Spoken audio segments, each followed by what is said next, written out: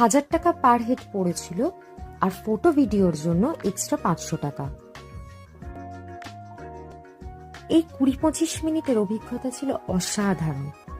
কত Angel fish, sergeant major fish, parrot fish ছিল, কিন্তু ধরবো করছিলাম, কিন্তু ধরতে আর পারছিলাম না।